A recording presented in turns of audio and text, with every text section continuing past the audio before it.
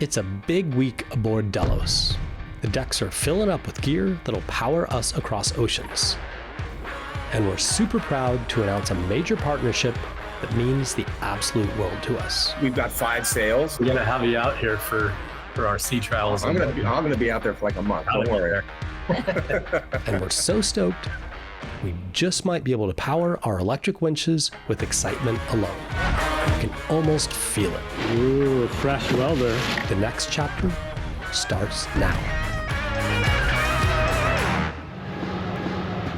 Good morning. It's our first Friday back in the yard, and it's the time-honored tradition of Aussie Smoko. And since we've been gone, the team has really upped the Smoko game. Let me show you what they've been up to. It's our first Friday back, Dan. Oh, run, Jade, run! Looks like you guys have upped the Smoko game here. Look at this. Look at Mako, he cooked up a storm. Wow! We can't. You haven't had a barbie like this until you've had a Mako barbie. All right. Happy Friday. Happy Friday. What do you think of the new psychedelic shirt? Oh, you got one too? Yeah, I got like 4 of them. Part of the team. Smoko. Great. All right, we've been asked a couple of times if we're gonna have a welder on Delos. Yep. We're definitely gonna have a welder on Delos. We definitely are. And it actually arrived. It's a sweet little Kempe machine. They're pretty cool. It's basically the same as this one, right? The 205. And it can't do all the fixed stuff, but it should. I think you could probably do, what you reckon, like 90% of the welding on the boat, like up to the 8 mil plate, something like that? You should be able to. Yeah, okay. Good old Nate here is gonna help me get it all set up. Yep. All right.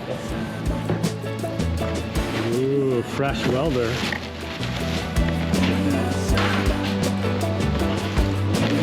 I think it's a perfect size machine to have on a boat. All right, so fun day on Friday. I'm continuing lining up some of the Rutgerson blocks for the deck. So I got this bracket fabricated yesterday. So we've got it run from the top. It comes down real nicely, down leading to this block. And now I'm working on these turning blocks. And I'm just kind of like eyeballing them and position them so that I get a straight run through the rooftop blocks and then around the turn over to a rope clutch here and then a winch here. So just sort of eyeballing it and making it look aesthetically pleasing while making these runs nice and parallel. So it's just a bit of fiddling, and then I tack it, I put a little bit of tension on it, and go back and forth. So it's fun, takes a little bit of time, but it's something we definitely want to nail, so it's worth it. Anyway, when I put tension on the line, this one I've just tacked in and I have it kind of positioned how I want it. And I put a little bit of tension, and I'm just looking to see, make sure we don't have any chafe. It should come about like that. What I'm trying to do here is measure and adjust the foot blocks to get the spacing and angle right, so that all the lines run parallel with the same distance between them.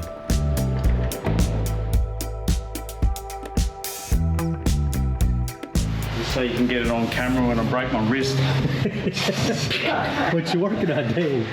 Oh, just making a few speaker holes, Brian. Yeah, we're gonna have the pumping stereo. Yeah. This is when Delos enters party mode. Yeah, this is going to be a real fun job here. Trying to break I'm the gonna arm. get you right as it goes through and it grabs. You know all about it, eh? You?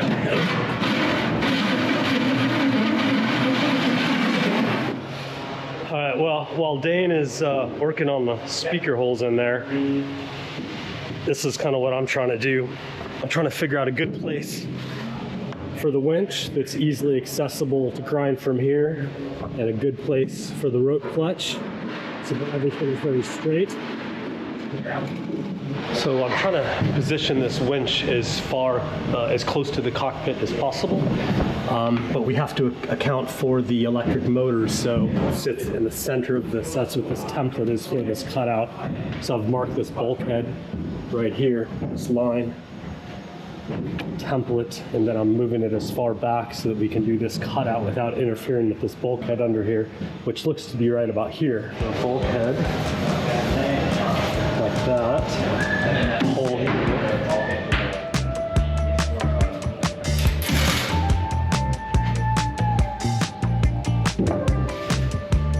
Sit about there.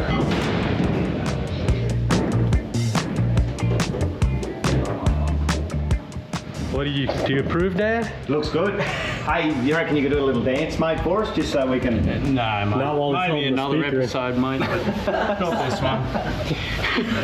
Oh yeah, 8-inch kicker. That's nice. Got the tweet right there, so we'll do 8-inch. Tweeters out there, dude. Tweeters right there. Oh, and there. On the tweeter. 8-inch over there. Tweeter. 6.5 there. 6.5 there. Paint stickers. Oh god. Okay, on to some sailing hardware, Dan. Whoa, what Let do me we got show you going what we got on going on here, here. Come on up. Yeah, pretty sweet. So I went ahead and stole these lines off Delos because they're a little bit longer and appropriately sized. So we got that guy tacked on. I kind of think those are going to look good like that because they kind of got to be staggered to get the equal distance between the lines. And then we're going to, so we've got, this is the car control line, Genoa sheet. This is going to be the sheet for the code 0. Yep. Or the asymmetrical. So this one's going to run back this way. Yep. And they're all going to a clutch here. All three will go to a clutch here, which is a nice straight line. And then what I'm trying to do is position the clutch so that, here, why don't you do some filming there? Hey, look at that. That's pretty easy. So imagine we're sailing along, grinding. I want this kind of as far back as possible. Yep. With still, room for the motor. So what I did is I kind of marked this bulkhead underneath this, and I put along it, sort of like that, and then this is the template for the motor, right? And you think that's close enough for that hole, or do we need to move it a little bit further up, or? No, that'll be all right. I mean, this is the general, assuming this is the general area, and we can mount it there without anything conflicting. And then this guy will go there, which means we've got good access to the cockpit for grinding. And What about sailing? grinding is sailing or button pushing.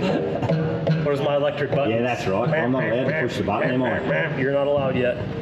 And then I'm just like, well, we can get the sheets on nice and easy, take them off. Can I lean across this, get to the rope clutch? Yes. So I think this is pretty good. If you look back at the lines, does it look like it's a little bit further apart in the back than the front? Yeah. So I put 50 mil between those.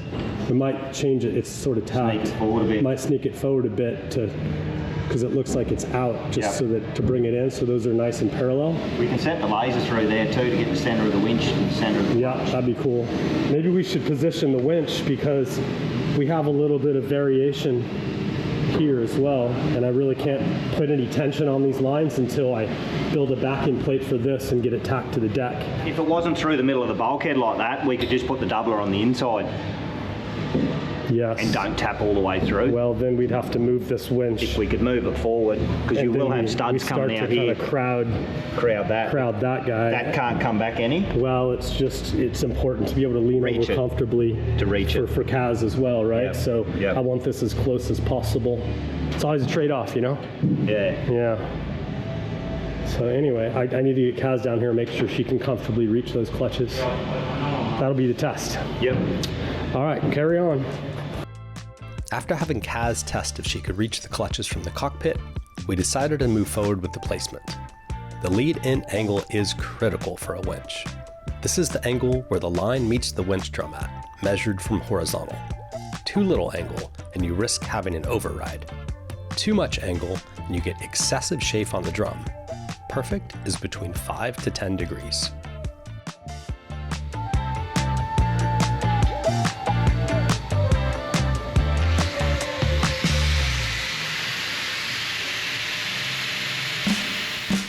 We'll also have our decking to consider, which is about 6 mils thick. So I started cutting out some 10 mil doubler plates to increase the strength of the deck and raise both the clutch and winch bases up off the deck.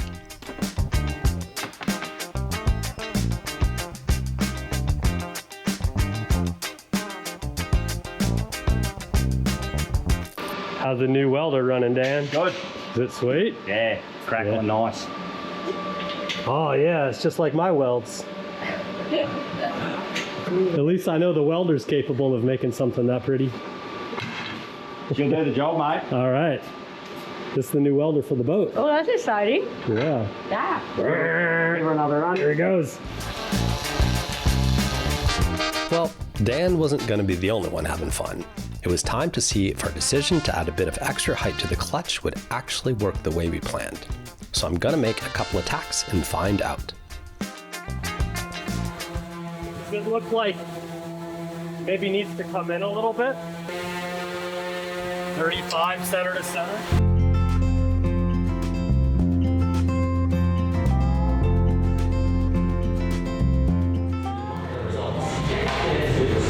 Ready? Okay. There's a lot of things going on at the shop today. Brian is continuing with all the stuff for the sailing hardware, so he's working hard on that. And we've also started to sand the hull. So you know that Ryan started that. You can already hear it. Ryan started it like months back, but he was only one person and he did a lot of other things, so we're continuing it. So we're having Mac and Jade on that. So yeah, you can hear it. Wow.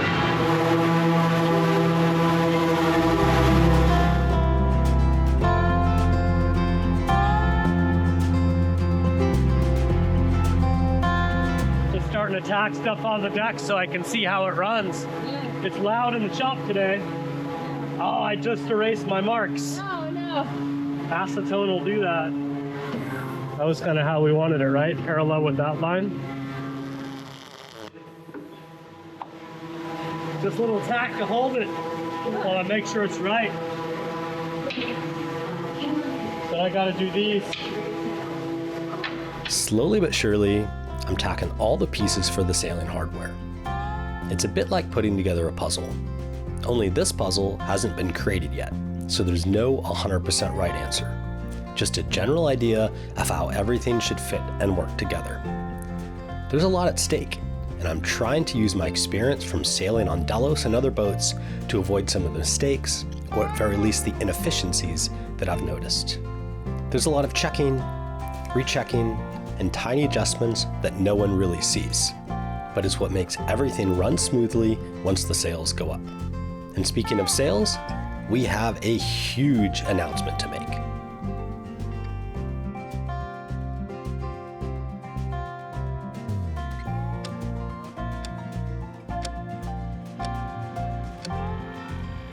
Morning guys, we're super early, but we have a really exciting interview happening this morning. Hey, good morning. Yeah, it's really amazing. We're making incredible progress on the build, and it is time to start thinking about the sails, which is actually it's a pretty big milestone for the build. And we did a lot of research on kind of what we thought would be a good sail plan for the boat, and we reached out and we spoke with a couple of different lofts, and there was just one that really clicked for us. I'm really stoked to announce this, but we're going to be working with the team at Quantum Sails to provide an entire suite of sails for Delos 2.0. And this morning we're going to speak with Doug, who is their designer, and we're going to talk about what we do to design sails, like start from the beginning, and we're just going to film a bunch of questions with them, and I'm really excited. There's so many technical aspects to a build like this that you just, you know, it goes everywhere from the electrical stuff to the mechanical stuff to like the naval architecture design of the hull, and the sails is its own level of expertise. And it affects a lot of other things too. So it's like, I think it's interesting too, why sometimes in the build you think like, oh, but that can happen later, but then you don't realize that it affects all of these things that you need to figure out now. No, absolutely. So, okay, let's get into this meeting. All right, we're all set. Hey, Doug, how's it going, man? It's good to Good. see you. It's really exciting because we are making our first announcement about our relationship together, and it's kind of a big deal for us. Yeah, we're going to be working with Quantum Sales to create an entire suite of amazing sales for Delos 2.0. It's kind of like come about in a very interesting way. We did a lot of due diligence before we chose to work with Quantum, and I just felt like of all the people and all the lofts that we talked to, you, Doug, you really listened to us, and you really took to heart our experience as kind of like long distance cruising sailors. Yeah, and I think for me, it was like I had to listen to you. And Yeah. you know, we talked about a lot of things very quickly, but like we decided on Hydronet within the first 5 minutes of the conversation because you had done your homework. So it's pretty cool when the customer actually tells you what they want.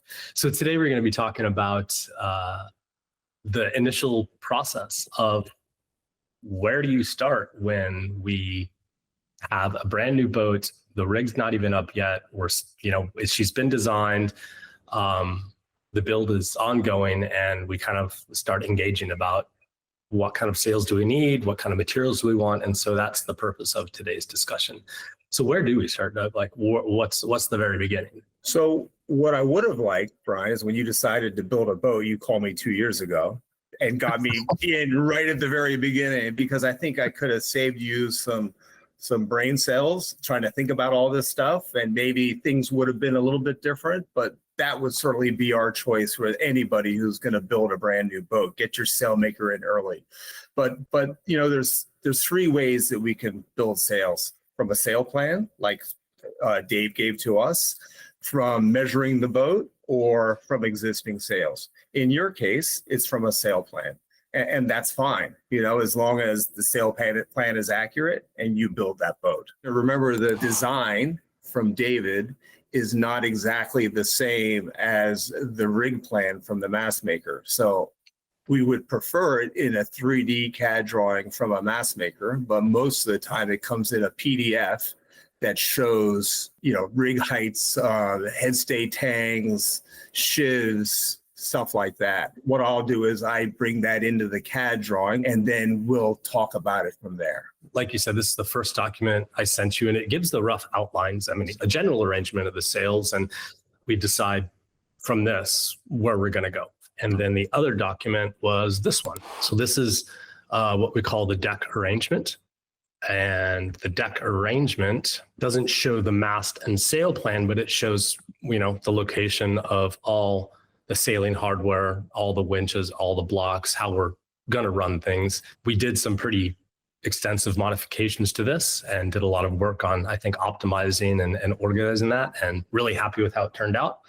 So that kind of drives me into, okay, we need to do things. We need to build sails that are safe, that are durable, that work in all conditions, because you guys are doing long passages and you guys want to feel safe. You know, I've watched enough of your videos. You like to go fast, you know, when you hit those 10 knots or 11 knots, or a lot of whoops, and, you know, it'll be the same with this boat, except the number will be a little bit higher.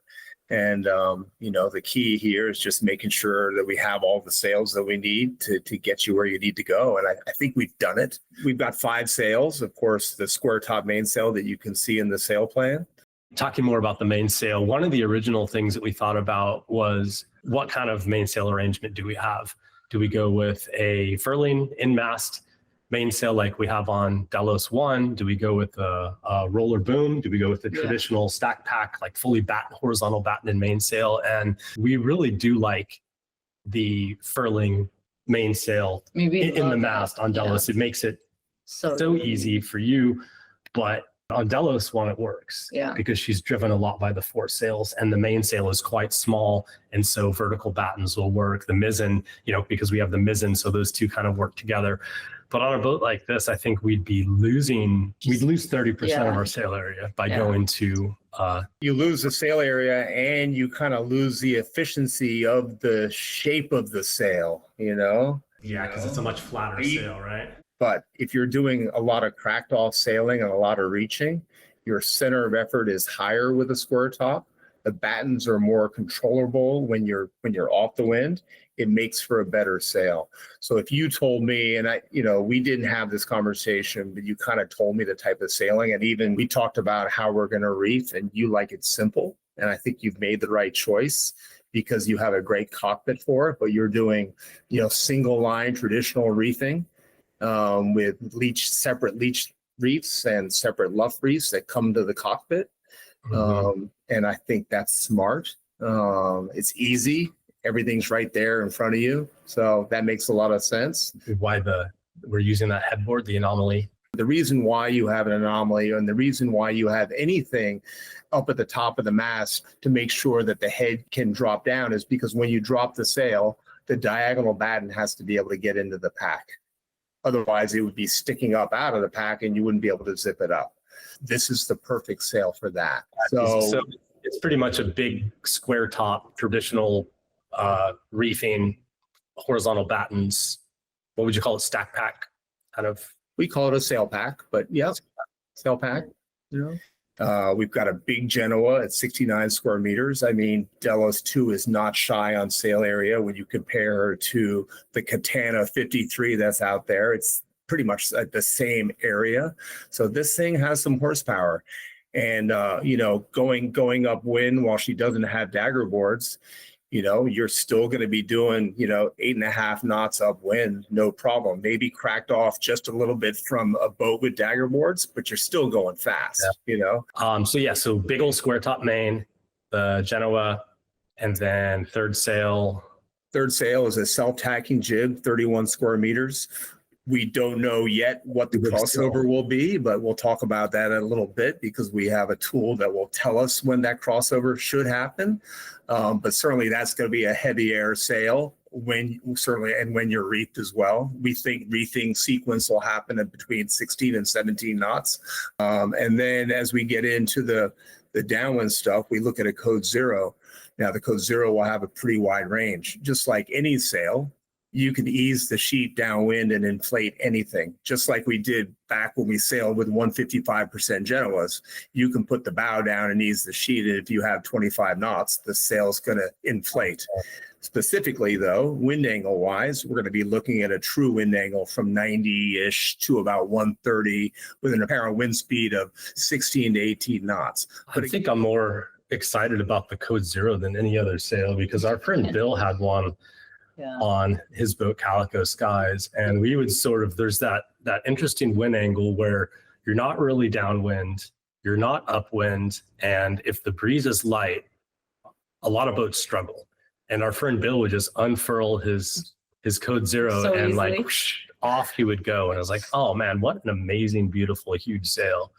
And so something to fill that gap where you're just like maybe right around the beam or slightly forward or slightly after the beam, like higher up than you would sail your kite or your ASIM, but not pointing high enough to be like an upwind sail configuration. Exactly. Yeah. Oh, and then obviously the fifth sail is the spinnaker. So what's the size of the Code 0 versus the asymmetrical? Are they pretty close in sail area? No, they're not. Code 0 is 149 square meters. Jeez, so it's a big sail. So you're right. That's the sort of sail if it's 6 or 7 knots, and you're going upwind. Granted, you're asking a sail to do a lot, and we have to pick a depth and a shape that works for everything through that angle. But there's no doubt that you're going to be able to sail, wind forward of the beam, no problem with this sail. And part of it is how much lower do you think? I think you're gonna be sailing at 60, 70 apparent. If we can get there.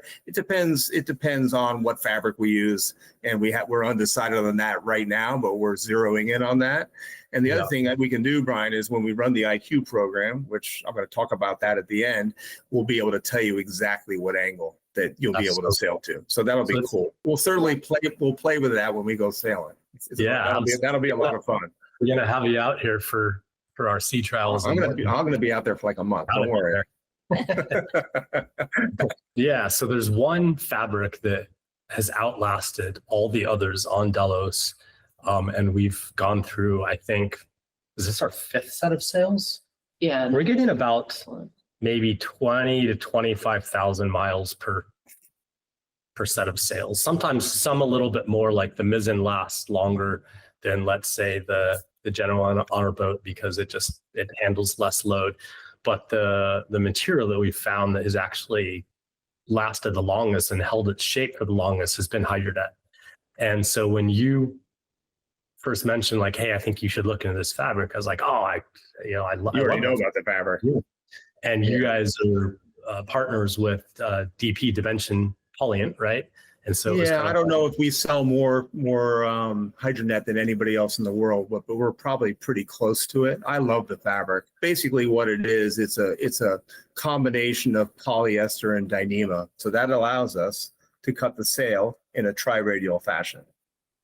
And so you said that you think there was a particular type of hydronet that happens to be available, which we're stoked about.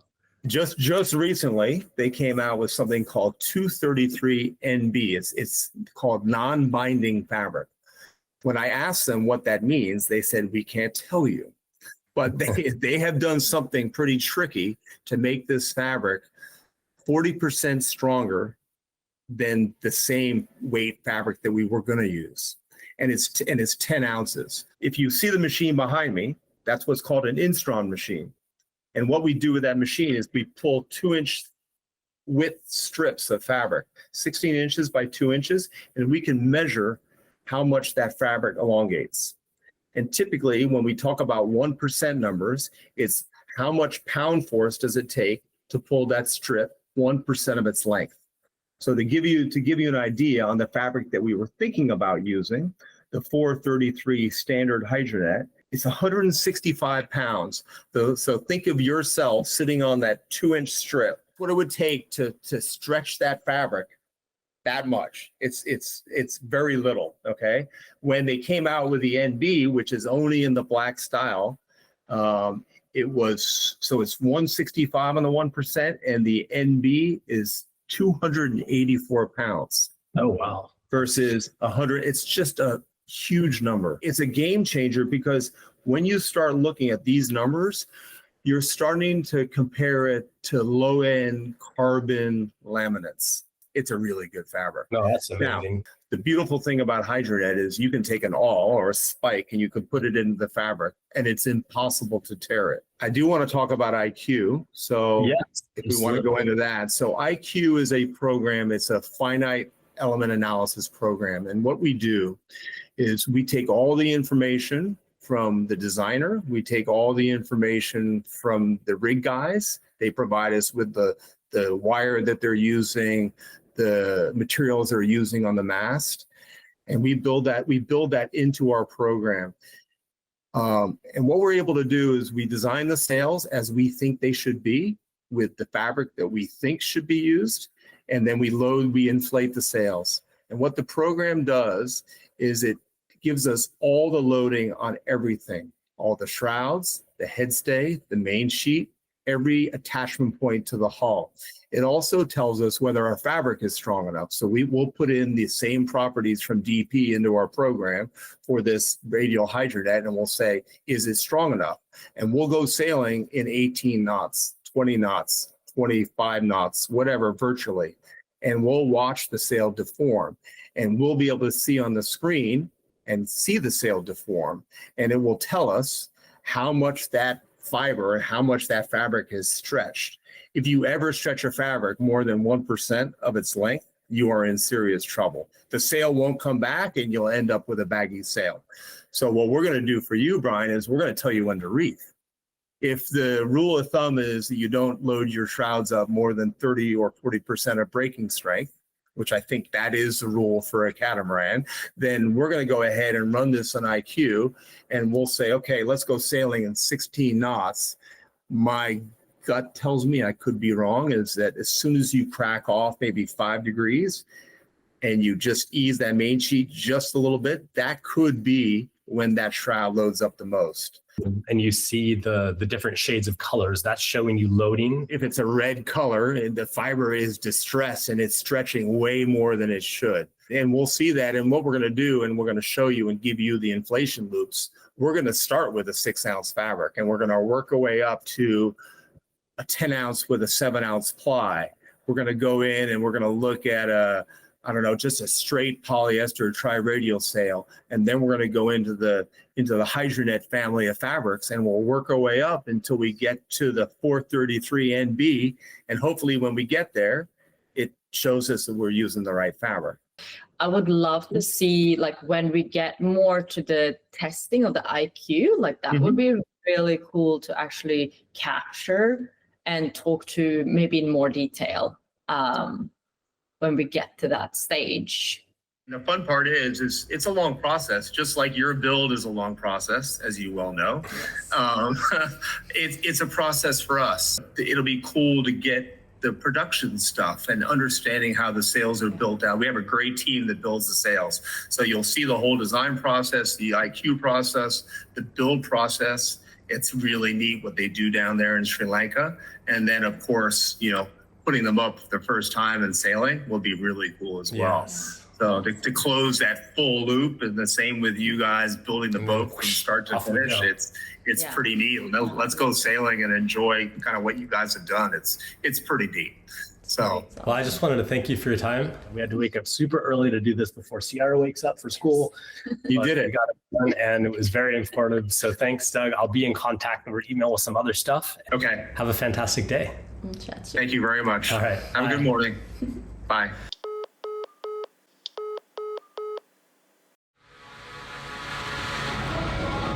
Brian is putting some tension on this. So you see how everything feels. I'm a little worried about this angle here.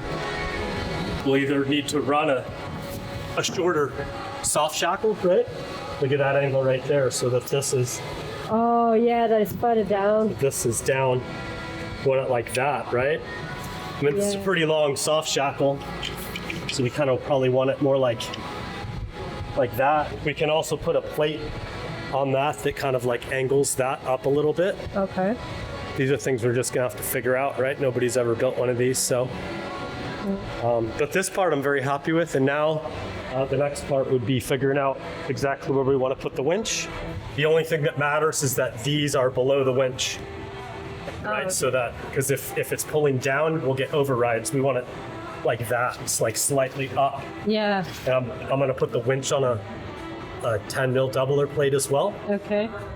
Not like that, but it'll be up on the deck. It will be up a little bit higher. It'll be 1 centimeter higher. I think we're looking pretty good though. Yeah, that's great. The next mission is to cut the doubler plate for this. Said and done. And look at that finish. Our doubler plates turned out beautifully. I've learned an incredible amount, and being able to fabricate pieces myself feels amazing.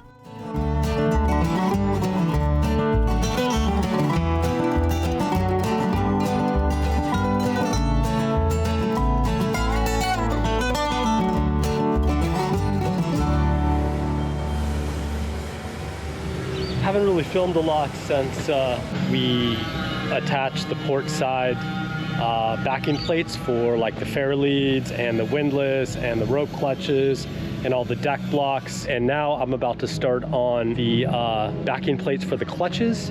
And the reason why we're doing all this is so that we don't put any holes in the deck. We put holes in the backing plates, those are drilled and tapped, and then those plates are actually welded to the deck, so there's no chance for leaks. While I was finishing the plates on the starboard side, Dan was busy getting the port side locked in. Today we're gonna be locking in some of the welding gear on the deck.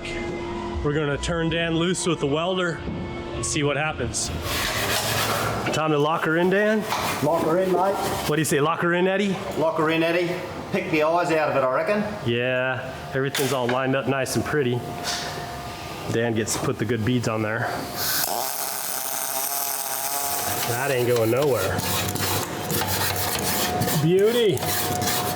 Okay, so this is one of my favorite things about aluminum is if you make mistakes, it's pretty easy to fix. So we just ground that off. I cut a new base plate. So, a few hours ago, I tacked this block exactly where I thought it should go.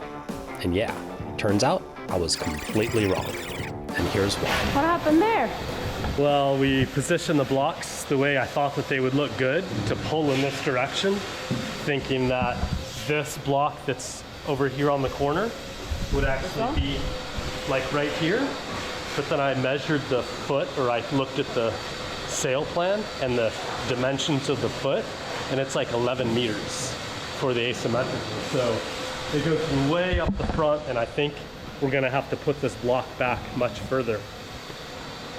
And so instead of positioning the block like this, I think we really need to angle it out like that. Have to be spun counterclockwise like this. And that way you can put that block as far back as possible, which would be good for like some of the bigger sails. And then I'll also test it with the block like right here. At least it's an easy fix. Just grind it off and weld it back in the right place.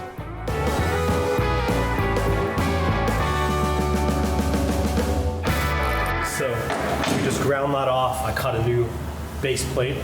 That took about 30 minutes. And now we reposition this, and let me show you the difference. So we wanted a bigger range where we could put this block, because for certain sails, one with really long foot lengths, the further aft you can get the block, the better off you are. So here you go, Bill. Can you put that soft shackle on the cleat back there? Oh, so it's more tilted out. Yeah, so before we had it, you know, like this, or no, like this, right? Yeah. And we kind of set it at a 45-degree angle. Because if we take our sheet now, and then that goes out to the sail, or? Exactly. That would go out to the kite or the code 0 at a pretty wide angle. If we, I'll just hold it for now, if we are sailing downwind and want to get it way out and way back. So you can see how that lines up pretty nice. And now we have the ability to move, so that's the extreme case with it all the way back. We can also take that soft shackle and we can move it at any point along the tow rail. So we could put it like, let's say, you know, right here and still have a decent angle. I think we can put it all the way up to like, oh, so it changes depending on like... Exactly. So now, you know, if we want to move it up forward, we can still have it this. Yeah, then it still runs. We have a much bigger range of motion. And the ASIM is much bigger than the code 0, for instance, so Yeah, you might want to move your blocks. I'm pretty happy with how that. Oh, we might want to move that. It's the same sheet for the code 0 and the asymmetric, so okay. you might want to have a different sheeting angle for each sail. That's all the deck hardware laid out. Everything's on the top, everything's bolted down and torqued. All the blocks are in place. And now we sort of temporarily did everything up, so now we'll go around and permanently attach it. Dan's gonna weld the starboard side. And then Bill and I are gonna move to the front of the boat, and we're gonna work on the tack lines, because now that all this stuff is set, I need to accommodate for a way to get the tack lines for the ASIM and maybe a symmetrical spinnaker back to the winches. Cool. That's it. This has been quite a bit of work. Yeah, it's been a lot of work, huh? Yeah. That's been fun though? It's a lot of fun. I like it. I enjoy it. You having fun, Bill? I like it, yeah. I like the sailing. Sailing I like. Sailing you like? Grinding I don't like. Better than doing a boat bottom, that's for sure. Yeah. So now that everything on the port side was in place, it was time to do it all over again on the starboard side, and finally weld in all the blocks, fair leads, and winches for good. And Dan did an amazing job as always.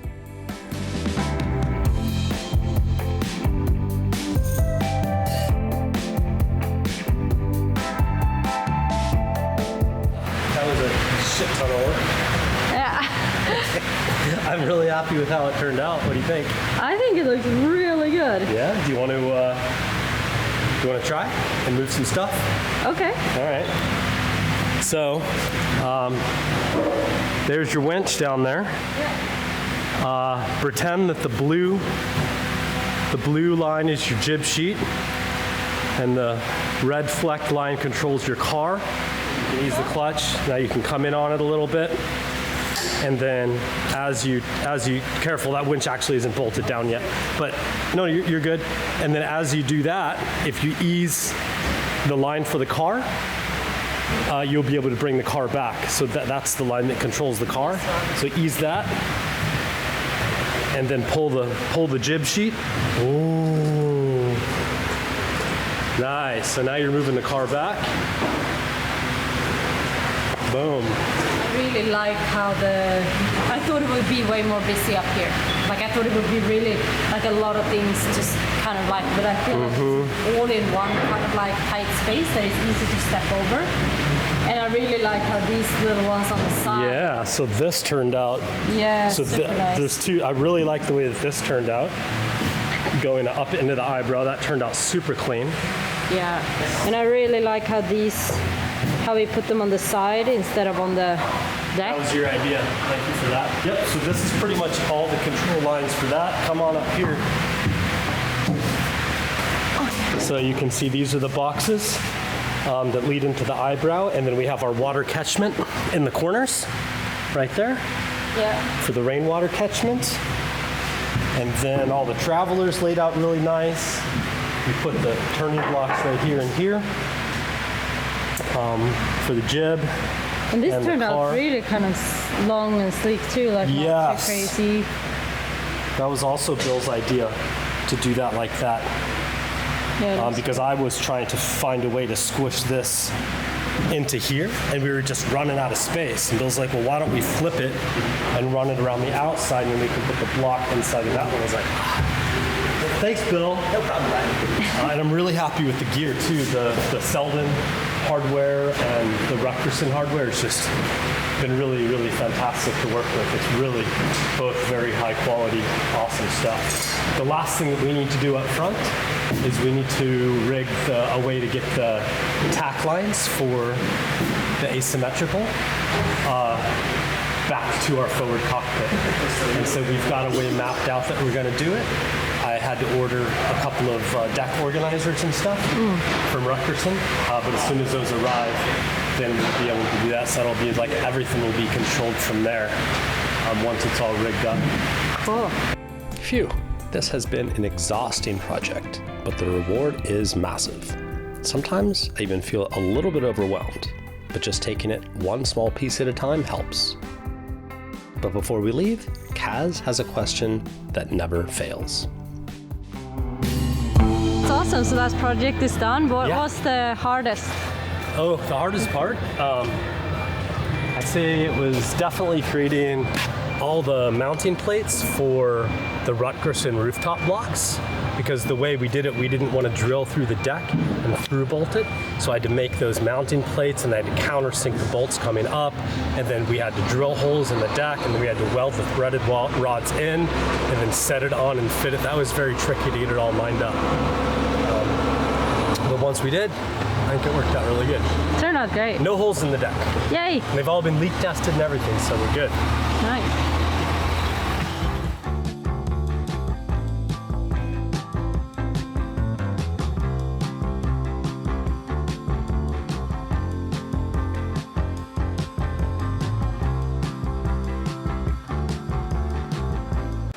Not gonna hit my finger, are you, mate? God, I hope not. That'd be a shame. We need those fingers, Dan. Slowly but surely, I'm tacking all the pieces in for the sailing hardware. It's a bit like solving a puzzle. Oh, I have to sneeze now, sorry. Oh my